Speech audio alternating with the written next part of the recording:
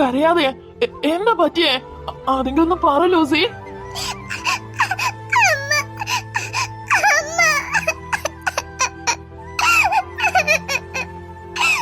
അല്ല, ഇവളെന്താ അമ്മ അമ്മന്ന് പറഞ്ഞ് കരയുന്നേ?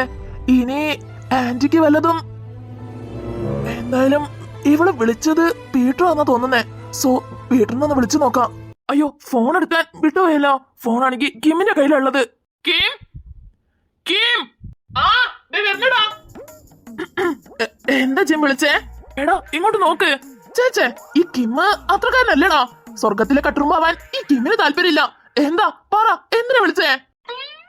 ഓ, ഇവനൊരുത്തൻ ഏത് സാഹചര്യത്തില് എന്ത് സംസാരിക്കണമെന്ന് തീരെയും ബോധമില്ലാത്തവൻ. പറയടാ, എന്തിനാ വിളിച്ചേ? നിന്റെ ഫോണൊന്ന് താ. എന്തിനാടാ? ഓ, ഈ ബ്യൂട്ടിഫുൾ മൊമെന്റ് ക്യാപ്ചർ ചെയ്യാനായിരിക്കും. ഞാൻ വേണമെങ്കിൽ നിന്നെ ഹെൽപ്പ് ചെയ്യാട്ടോ. ഷോ, ഇവനെ കൊണ്ട് ഇടയ്ക്ക് കളിക്കല്ലേ. ഇങ്ങോട്ട് നോക്ക്, എനിക്ക് സീരിയസ് ആയിട്ടൊരു കാര്യം പറയാനുണ്ട്. ഷോ, ഇവനെ കൊണ്ട്. എടാ, നിനക്ക് തന്നെ അറിഞ്ഞൂടെ, എനിക്ക് കപ്പിൾസിനെ കാണുമ്പോളെ അപ്പൊ തന്നെ കൊതിയാവും എനിക്ക് ആരെങ്കിലും പ്രേമിക്കണമെന്ന്. സോ നീ എന്നെ പ്രേരിപ്പിക്കാതെ ഒന്ന് അടങ്ങിയിരിക്കും ചെയ്യും. എന്താണെങ്കിലും നീ പറഞ്ഞോന്നേ, എനിക്ക് കേക്കാലോ. എന്റെ കർത്താവേ, ഇവനെ കൊണ്ട് ആവശ്യമുള്ള നേരത്താ ഈ ചക്കനെ പിരി പോവാ. എടാ കിം, ഇങ്ങോട്ട് നോക്ക്, എനിക്ക് സീരിയസ് ആയിട്ടൊരു കാര്യം പറയാനുണ്ടെന്ന്. ഇങ്ങോട്ട് നോക്ക്. ആഹാ, അത്രയ്ക്ക് സീരിയസ് ആണോ? എന്താടാ, ഈ എൻഗേജ്മെന്റ് നടത്തുന്നതിനെ കുറിച്ചാണോ? ഹേയ്, അതൊന്നുമില്ലടാ. നീ ആദ്യം ഫോൺ എടുത്തിട്ട് പീറ്ററിനൊന്ന് വിളിച്ചേ. പീറ്ററിനെ വിളിക്കാനോ? എന്തിനടാ? ഓ, ലൂസിന്റെയും സിസ്റ്ററിന്റെയും കാര്യം പറയാനായിരിക്കും. ഹേയ് അല്ലടാ, ലൂസിന്റെ അമ്മയ്ക്ക് എന്തോ പറ്റിയെന്നാ തോന്നുന്നേ. പീറ്റർ കുറച്ചു മുന്നേ ഇവളെ വിളിച്ചായിരുന്നെന്ന് തോന്നുന്നു. അതിനുശേഷം ഇവള് നല്ല കരച്ചില്. ചോദിച്ചിട്ടാണെങ്കിൽ ഒന്നും പറയുന്നില്ല.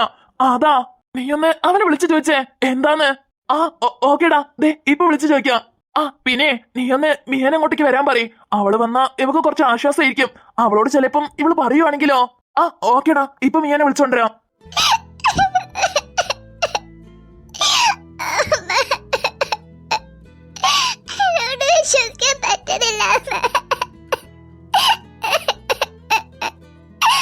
ലൂസി, എങ്ങോട്ട് നോക്ക്. ദേ അമ്മയ്ക്ക് ഒരു കുഴപ്പമില്ല. ഞാനതേ കിമിനോട് വിളിച്ചു ചോദിക്കാൻ പറഞ്ഞിട്ടുണ്ട്. അവരെ വിളിച്ചു നോക്കൂട്ടോ. അതുവരെ നീ ഒന്ന് ടെൻഷൻ അടിക്കാണ്ടിരിക്കേ.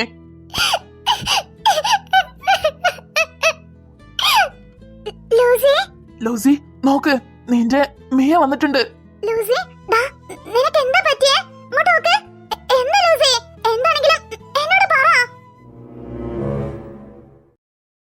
നീലിമ, പറയണൊന്ന് മനസ്സിലാക്ക്.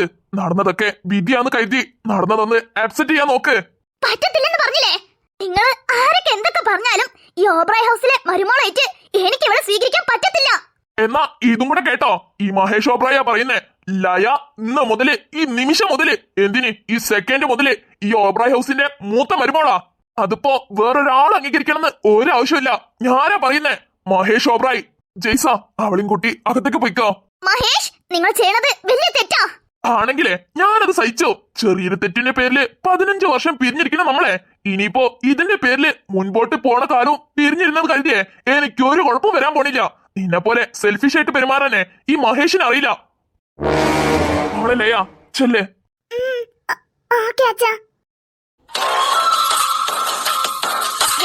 നീ ഇതെങ്ങോട്ടാ?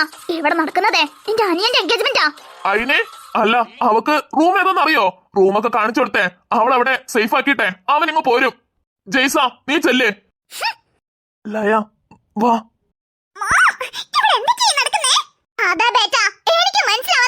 ആരാണ്ട ഭാര്യനെ പിടിച്ചോണ്ടിട്ട് എന്റെ ഭാര്യന്ന് പറയുന്നേ. അതിനാണെങ്കിൽ മഹേഷ് ഓബ്രായ് നല്ല താളം തട്ടി കൊടുക്കുന്നുണ്ട്. എന്ത് ഫാമിലിയാണ് എന്തോ ഒരു സ്വത്ത് പിടിക്കാൻ. അതായത് ഈ ഒരു ഫാമിലിയിലേക്ക് കയറി ചെല്ലാൻ എന്തൊക്കെ ബുദ്ധിമുട്ടാന്ന് പറയായിരുന്നു. അല്ല, ഈ ജിം എവിടെ പോയി? എൻഗേജ്മെന്റിന് ടൈം ആയിക്കൊണ്ടിരിക്കുകയല്ലേ? അതാ മമ്മിയോട് ചോദിക്കുന്നേ, ഈ ജിം എവിടെ പോയി? ആർക്കറിയാം? എൻഗേജ്മെന്റിനാണെങ്കിൽ ടൈം പോയിക്കൊണ്ടിരിക്കുക. വന്ന ഓരോരുത്തരും തിരിച്ചു പോകാൻ തുടങ്ങി. ഇനിയും ആരെ വെയിറ്റ് ചെയ്യാ? അമ്മ ഒന്ന് പോയി ആന്റിയോട് സംസാരിക്കേ. നിക്ക്, ഞാൻ പോയി ഒന്ന് നീലുനോട് സംസാരിച്ചോക്കട്ടെ. ഒന്ന് കേട്ടോ, എങ്ങനെയാണെങ്കിലും എന്തായാലും എന്റെയും ജിമ്മിന്റെയും എൻഗേജ്മെന്റ് ഇന്ന് നടന്നേ പറ്റൂ. അല്ലെന്നുണ്ടെങ്കിൽ പോയിട്ട് തേജപ്പെട്ട നീ ഇങ്ങനെ ചൂടാവല്ലേ. ഞാൻ പറഞ്ഞല്ലോ, മമ്മി നോക്കിക്കോളാം. നീ ഒന്ന് കൂളാവ്. അതന്നെ തേജ, ആന്റി നോക്കിക്കോളും. നീ ഒന്ന് കൂളായിട്ടിരിക്കേ. ഇന്ന് നിങ്ങളെ എൻഗേജ്മെന്റാ. സോ നീ ഹാപ്പി ആയിട്ട് വേണം ഇരിക്കാൻ. അങ്ങനെ പറഞ്ഞു കൊടുക്ക് ഡാർലിംഗ്. Mummy go fast. ഒന്ന് വേഗം പോയി സംസാരിക്കേ. പോണം. ലയ ഇതാട്ടോ, ഇനി മുതല് നമ്മുടെ ബെഡ്റൂം പിന്നെ വാഷ്റൂം കാണുന്ന സൈഡിലുണ്ട്. പിന്നെ നിന്റെ തിങ്സ് ഒക്കെ കൊണ്ടുവന്നു കഴിഞ്ഞാൽ ദേ ഈ ഷെൽഫിൽ വെച്ചോ. തൽക്കാലം വീട്ടിൽ നിന്ന് ഡ്രസ്സൊന്നും എടുക്കണ്ട. നമുക്കേ ജിമിന്റെ എൻഗേജ്മെന്റ് കഴിഞ്ഞ ശേഷം ഒന്ന് ഷോപ്പിങ്ങിന് പോയി തരാം. നിനക്ക് ആവശ്യമുള്ള എല്ലാ സാധനവും മേടിച്ചു കൊണ്ടുവരാം. പിന്നെ പെട്ടെന്ന് വന്നതുകൊണ്ട് തന്നെ ഞാനാണെങ്കിൽ നിനക്ക് വേണ്ടി ഒന്നും മേടിച്ചു വെക്കാനും വിട്ടുപോയി. അതുകൊണ്ട് നമുക്ക് ഈവനിങ് എന്തായാലും ഒന്ന് പുറത്തേക്ക് പോട്ടോ. അതുവരെ ഒന്ന് അഡ്ജസ്റ്റ് ചെയ്. അഥവാ നിനക്ക് എമർജൻസി ആയിട്ട് എന്തെങ്കിലും ഡ്രസ്സ് മാറണമെന്നുണ്ടെങ്കിൽ എന്റെ അനീറ്റിന്റെ കുറച്ച് ഡ്രസ്സ് ഉണ്ട്, പുതിയ ഡ്രസ്സ് ഉണ്ട്. അത് ഞാൻ വേണമെങ്കിൽ കൊണ്ടേ തരാം. നിനക്ക് കംഫർട്ട് ആണെങ്കിൽ നീ അതൊന്ന് ട്രൈ ചെയ്ത് നോക്ക്. എങ്ങനെ ജയ്സ നിനക്ക് ഇത്ര സന്തോഷിക്കാൻ കഴിയുന്നേ? ഓ, നീ ആഗ്രഹിച്ച പോലെ എല്ലാം നടന്നല്ലോ. അതിന്റെ സന്തോഷായിരിക്കും ഈ കാണുന്നല്ലേ. ലായ, നീ എന്തൊക്കെയായി പറയുന്നേ? ഞാൻ എന്താ പറയണെന്നേ, ഞാൻ നല്ല ബോധത്തോടെ എന്നെ പറയുന്നേ. എന്നാലും നിന്റെ അടുത്തുനിന്ന് ഇത് ഞാൻ പ്രതീക്ഷിച്ചില്ല ജയ്സ. ലായ, എന്തല്ലേ നീ പറയുന്നേ? എന്നെ പറ്റി നിനക്ക് നന്നായിട്ട് അറിയില്ലേ? ഞാന് അത്രയ്ക്ക് സെൽഫിഷ് ആണോ? നിന്റെ സിറ്റുവേഷൻ അങ്ങനെ ആയതുകൊണ്ട് മാത്രം ഞാൻ ഇങ്ങനെ ഒരു തീരുമാനം എടുത്തേ. എനിക്ക് അങ്ങനെ നിന്നെ ഇട്ടിട്ട് പോരാൻ തോന്നിയില്ല. അതുകൊണ്ട് മാത്രം. അത് നീ ഇങ്ങനെയൊക്കെ ചിന്തിക്കുന്ന എന്തിനാ? നടന്നതൊക്കെ നല്ലതിനാന്ന് വിചാരിച്ചാ പോരെ? ഞാൻ അങ്ങനെ വിചാരിക്കുന്നേ.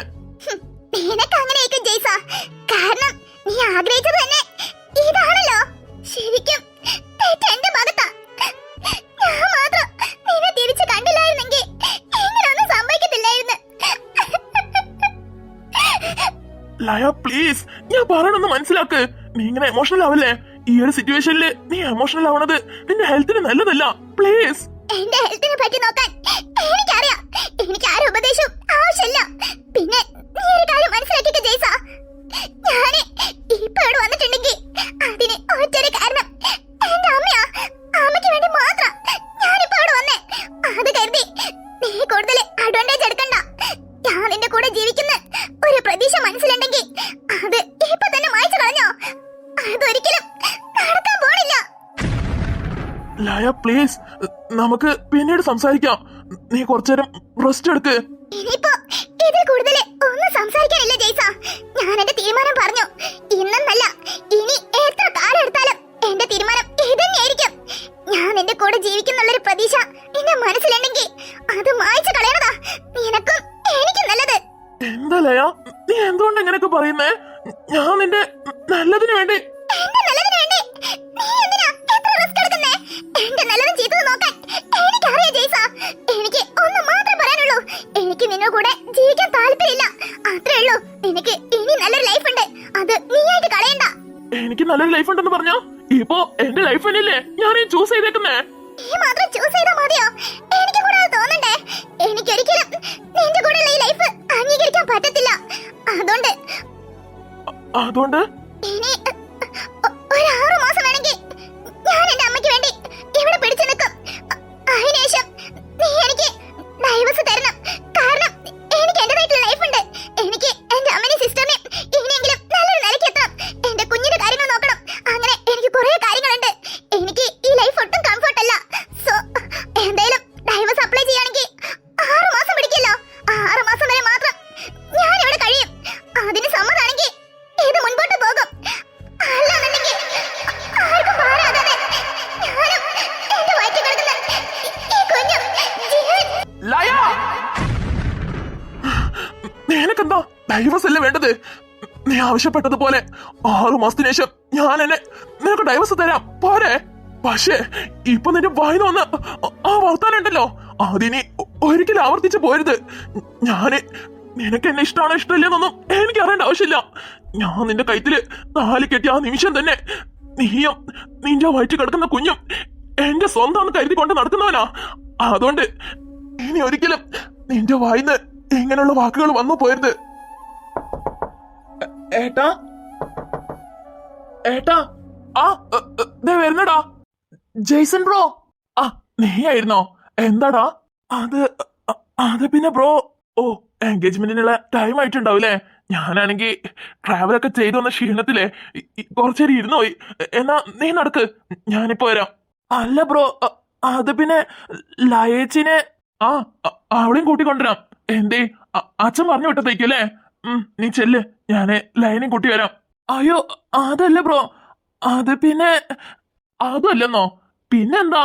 അത് പിന്നെ ബ്രോ ലയേച്ചിന്റെ ഓ നോ, ഇനിയിപ്പോ ലൂസി വിളിച്ചതാണോ? ഷേ, അവിടെ നടന്ന പ്രശ്നത്തിന്റെ ഇടയില് ലൂസി വന്ന കാര്യം തന്നെ മറന്നുപോയി. അല്ല, ലൂസി അവിടെ ഉണ്ടോ അതോ അവള് പോയോ? അത് പിന്നെ ബ്രോ, അല്ല ലൂസി നിങ്ങളുടെ കോളേജിലല്ലേ പഠിക്കുന്നേ? അതെ ബ്രോ. അപ്പോ മുമ്പേ തന്നെ എല്ലാവർക്കും പരിചയമുണ്ടല്ലേ? അല്ല എന്നിട്ടെന്തേ ജിമ്മിന്റെ എൻഗേജ്മെന്റിന് അവിടെ ഇൻവൈറ്റ് ചെയ്യാതിരുന്നേ? അയ്യോ ബ്രോ, അതൊക്കെ പിന്നെ സംസാരിക്കാം. ഇപ്പോ അർജന്റായിട്ട് ഒരു സ്ഥലം വരെ പോണം. എങ്ങോട്ടാടാ? അല്ല നിനക്ക് അർജന്റായിട്ട് പോകാനുള്ളതെന്ന് നീ എന്തിനാ എന്നോട് വന്ന് പെർമിഷൻ ചോദിക്കുന്നേ? ഓ, ജിം പറഞ്ഞു വിട്ടതേക്കല്ലേ? അല്ല പൊതുവേ അവൻ എന്നോട് പെർമിഷൻ ഒന്നും ചോദിക്കാറില്ലല്ലോ. ഇപ്പൊ എന്താ പ്രത്യേകിച്ചും? ഇനിയിപ്പോ മാരേജ് ഒക്കെ കഴിഞ്ഞതുകൊണ്ട് ചേട്ടൻ വലിയ ആളായി പോയിന്ന് തോന്നിയതുകൊണ്ടാവാം. ഓ അല്ല ബ്രോ, അത് പിന്നെ ലയേജിന്റെ അമ്മ. ലയേജിന്റെ അമ്മ മരിച്ചു ബ്രോ. എന്താ കിമ്മി പറയുന്നേ? അതെ ബ്രോ, ഇപ്പൊ നേരം ലയേജിന്റെ വല്യമ്മന്റെ മോനെ പീറ്റർ വിളിച്ച് പറഞ്ഞതേ ഉള്ളൂ. അവൻ ഞങ്ങള് ക്ലാസ്സിലാ പഠിക്കുന്നേ. അപ്പൊ ലൂസിനെ വിളിച്ച് ഇപ്പൊ നേരം പറഞ്ഞതാ. ബ്രോ എത്രയും പെട്ടെന്ന് ലയേജിനെയും കൂട്ടി അങ്ങോട്ട് ചെല്ല്. അല്ലടാ, ഞങ്ങളിപ്പോ അവിടുന്ന് വന്നിട്ടില്ലല്ലോ. വരുന്നവരെ അമ്മയ്ക്ക് ഒരു കുഴപ്പമില്ലായിരുന്നല്ലോ. അതൊന്നും അറിയത്തില്ല ബ്രോ. ഇപ്പൊ പീറ്റർ വിളിച്ച് പറഞ്ഞതേ ഉള്ളൂ. അവിടെ എല്ലാരും എത്തിപ്പോലും. നിങ്ങള് വേഗം ചെല്ലേ. ഞാനിപ്പത് അവളോട് എങ്ങനെ ചെന്ന് പറയാനാ? അല്ലെങ്കിൽ തന്നെ അവക്ക് ചുറ്റും 1000 പ്രശ്നങ്ങളുണ്ട്. അവരമ്മ മാത്ര അവക്കുണ്ടായിരുന്ന ഏക പ്രതീക്ഷ. അതും ഇനി ഉണ്ടാവത്തില്ലെന്ന് ഞാൻ എങ്ങനെ അവളോട് പോയി പറയോ? എന്തായാലും പറഞ്ഞല്ലേ പറ്റൂ ബ്രോ. എത്രയും പെട്ടെന്ന് അങ്ങോട്ട് ചെല്ലാനാ അവരാവശ്യപ്പെടുന്നേ. ബ്രോ ഒന്ന് വേഗം ലയേജിനെ കൂട്ടി വാ. നീ ചെല്ല്. തൽക്കാലം അവളോട് ഞാൻ കാര്യം പറയുന്നില്ല. അവിടെ എത്തിയിട്ട് അവളെന്നെ അറിഞ്ഞോട്ടെ. അല്ലാന്നുണ്ടെങ്കിൽ അവളെങ്ങനെ റിയാക്ട് ചെയ്യാന്ന് എനിക്ക് ഒരിക്കലും പറയാൻ പറ്റത്തില്ല. എന്നാ അങ്ങനെയെങ്കിൽ അങ്ങനെ. ബ്രോ ലയേജിനെ കൂട്ടി വരാൻ നോക്ക്. ഞങ്ങള് താഴത്ത് പോയിട്ട് ആന്റിനോടും അങ്കിളിനോടും കാര്യം പറഞ്ഞാട്ടെ. ഓക്കേടാ. നിർത്താൻ പറ്റത്തില്ല ജിം. ഞാനേ തേജന്റെ മമ്മിക്ക് വാക്ക് കൊടുത്തതാ. ഇന്ന് എന്തായാലും നിങ്ങൾ എൻഗേജ്മെന്റ് നടന്നേ തീരൂ. അമ്മ സിറ്റുവേഷൻ ഒന്ന് മനസ്സിലാക്കാമേ. ലയേജിന്റെ അമ്മയാ മരിച്ചേക്കുന്നേ. അപ്പൊ പിന്നെ എൻഗേജ്മെന്റ് എങ്ങനെ നടത്താനാ? ലയേജി ഇപ്പൊ നമ്മുടെ കുടുംബത്തിലൊരു അംഗാ. ഇനി അവളെയൊക്കെ ആരെ കുടുംബത്തിൽ അംഗമായിട്ട് സ്വീകരിച്ചേ? ഞാൻ സ്വീകരിച്ചിട്ടില്ല, ഇനിയൊട്ടും സ്വീകരിക്കില്ല. അതുകൊണ്ട് എന്തായാലും നിന്റെയും തേജിന്റെയും എൻഗേജ്മെന്റ് നടന്നേ പറ്റൂ. അമ്മ ഏത് തെറ്റാ അമ്മ? ഇങ്ങനെ ഒരു സിറ്റുവേഷനില് അമ്മ ഇങ്ങനെ വാശി പിടിക്കരുത്. അത് തെറ്റാ അമ്മ. പ്ലീസ് അവസ്ഥ ഒന്ന് മനസ്സിലാക്ക്.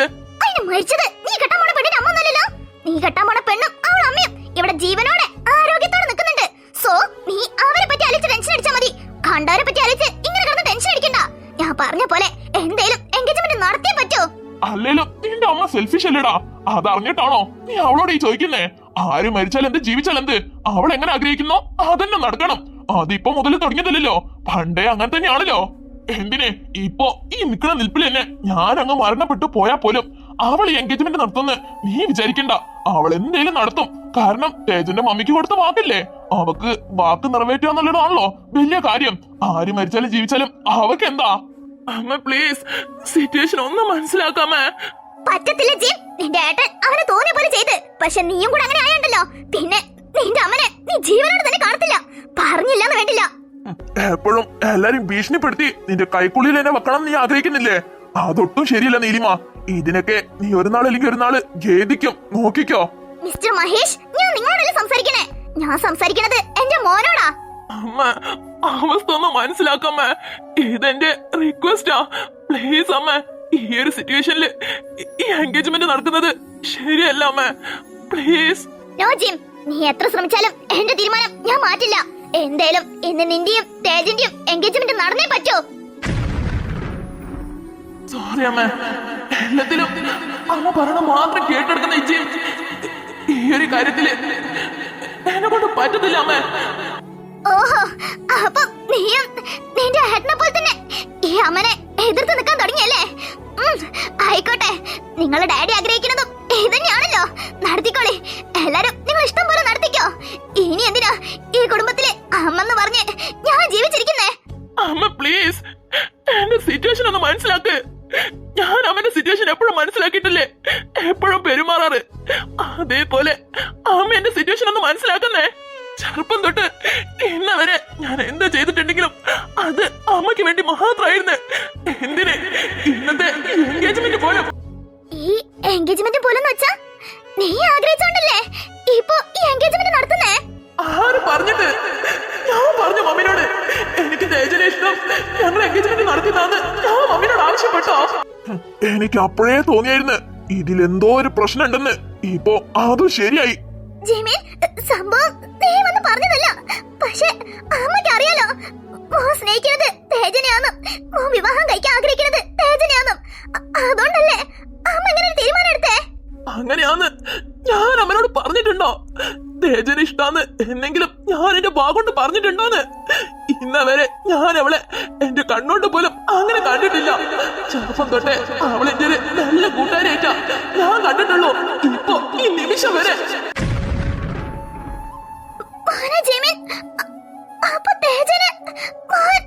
ഇല്ല അമ്മ, എനിക്കൊരിക്കലും അവളെങ്ങനെ കാണാൻ പറ്റത്തില്ല. കാരണം എന്റെ മനസ്സിലുള്ളത് തേജയല്ല.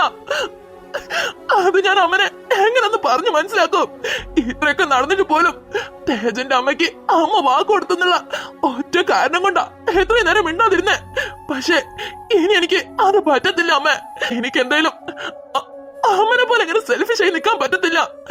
കാരണം ഞാൻ സ്നേഹിക്കുന്ന പെണ്ണിന്റെ അമ്മയാ ആ മരിച്ചു കിടക്കുന്നേ. സോ എനിക്ക് ഇനിയും അമ്മനോട് വാദിക്കാൻ വയ്യ. ഈ ഒരു കാര്യത്തിലെങ്കിലും എന്നൊന്ന് വെറുതെ വിടമ്മേ പ്ലീസ്. അപ്പോ ജിമിൻ സ്നേഹിക്കണത് ലയന്റെ അനിയത്തി ലൂസിനെയാണോ? പ്ലീസ് അമ്മ, എന്റെ അവസ്ഥ ഒന്ന് മനസ്സിലാക്ക്. എനിക്ക് എന്തായാലും പോയേ പറ്റൂ. ജിം, ഇനി നീ ആരെ കയ്യും കാലൊന്നും പിടിക്കേണ്ട ആവശ്യമില്ല. നീ പോ, ബാക്കിയുള്ളതൊക്കെ ഞാൻ നോക്കിക്കോളാം. അപ്പ അത് പിന്നെ അമ്മ.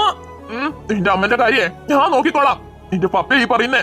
ചെല്ലേ, നീ പോയി ആദ്യം ആ കാര്യം നോക്ക്. താങ്ക് യു പപ്പ, ഞാൻ പോയിട്ട് വരാം. നോക്കിപ്പോ, എന്തായാലും കുറച്ച് കഴിയുമ്പത്തേക്കും പപ്പ അവിടെ എത്തിക്കോളാം. ഓക്കെ പപ്പ. ഇനിയെങ്കിലും തനിക്കൊന്ന് നന്നായിക്കോളെ. കാളെ പറ്റുമെന്ന് അറിയുമ്പോ കയറെടുത്തുള്ള എന്റെ ഈ ഓട്ടം ഉണ്ടല്ലോ, അതാദ്യം നിർത്ത്. ആദ്യം ആർക്ക് എന്ത് ഇഷ്ടം ഇഷ്ടമല്ല എന്നുള്ളതേ മനസ്സിലാക്കാൻ പഠിക്കേ. എന്നിട്ട് ഓരോ തീരുമാനങ്ങൾ എടുക്കാം. ഇനി എന്തെങ്കിലും പറയാനുണ്ടെങ്കിൽ നേരെ അവരോട് ചെന്ന് സംസാരിക്കേ. അല്ലാതെ നിന്റെ ആഗ്രഹങ്ങളും ഇഷ്ടങ്ങളൊക്കെ എന്റെ പിള്ളേരെ മേലെ അടിച്ചേൽപ്പിക്കാൻ നിക്കണ്ട. അങ്ങനെ നീ ചെയ്താ എന്റെ മറ്റൊരു മുഖം നീ കാണും. പറഞ്ഞില്ലെന്ന് വേണ്ട.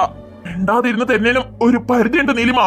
എന്റെ ലൈഫ് പോലെ എന്റെ പിള്ളേരെ ലൈഫും നീ സ്പോയിൽ ചെയ്യാൻ നിന്നാ ഈ മഹേഷിന്റെ വേറൊരു മുഖം നീ കാണും. അത് നിന്നെ കൊണ്ട് ഒരിക്കലും താങ്ങാൻ പറ്റത്തില്ല. ഇപ്പൊ തന്നെ പറഞ്ഞേക്കാം.